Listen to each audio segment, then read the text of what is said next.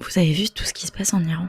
C'est dingue. 5 films à voir pour mieux comprendre la situation en Iran et ce que ce pays subit depuis des années. Moi, c'est Emma et je vous parle de films qui ont su toucher mon cœur. Alors évidemment, on commence avec le chef-d'œuvre d'animation Persepolis de Marjane Satrapi. Ça se passe de la chute du Shah à la Révolution de 79 et c'est l'histoire d'une petite fille qui grandit en voyant ses libertés s'envoler.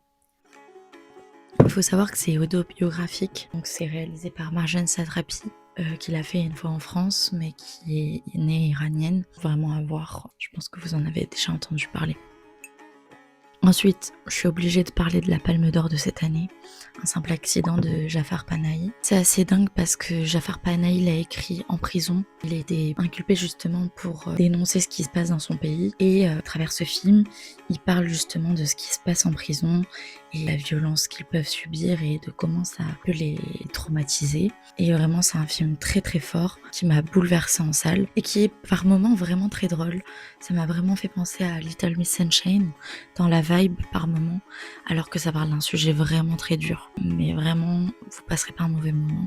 En troisième, on a Les graines du figuier sauvage de Mohammad Rasoulov.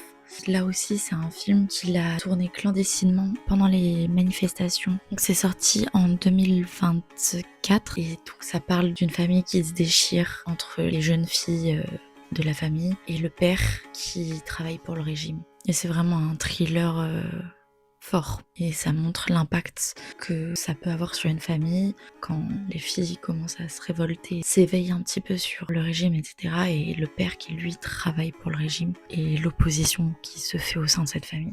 Ensuite, je suis obligée de parler de La loi de Téhéran qui était vraiment une claque en salle. Alors là, c'est un polar sur le trafic de drogue en Iran. Vraiment, la tension est très très forte. Je vous le recommande si vous voulez un film vraiment plus policier. Enfin, comment ne pas parler de Lire Lolita à Téhéran, qui parle du combat par les idées, où ce sont des femmes qui se regroupent pour lire ensemble des œuvres interdites, dont Lolita de Nabokov. Et donc, ça parle du combat par les idées et par la culture, la littérature entre autres, qui est une des meilleures façons de se battre, qui est de se battre par l'esprit. Ça montre que la culture c'est le dernier rempart pour la liberté. Donc c'est bouleversant là aussi. Donc avec tout ça, vous pouvez voir que le cinéma iranien, c'est vraiment un acte de résistance. Pour la plupart, ils l'ont fait alors que c'était totalement interdit. Donc allez voir ces films quand on sait à quel point ils sont battus pour les faire exister, pour que leur voix puisse être entendue. Et je pense que c'est d'autant plus important de les mettre à l'honneur aujourd'hui parce que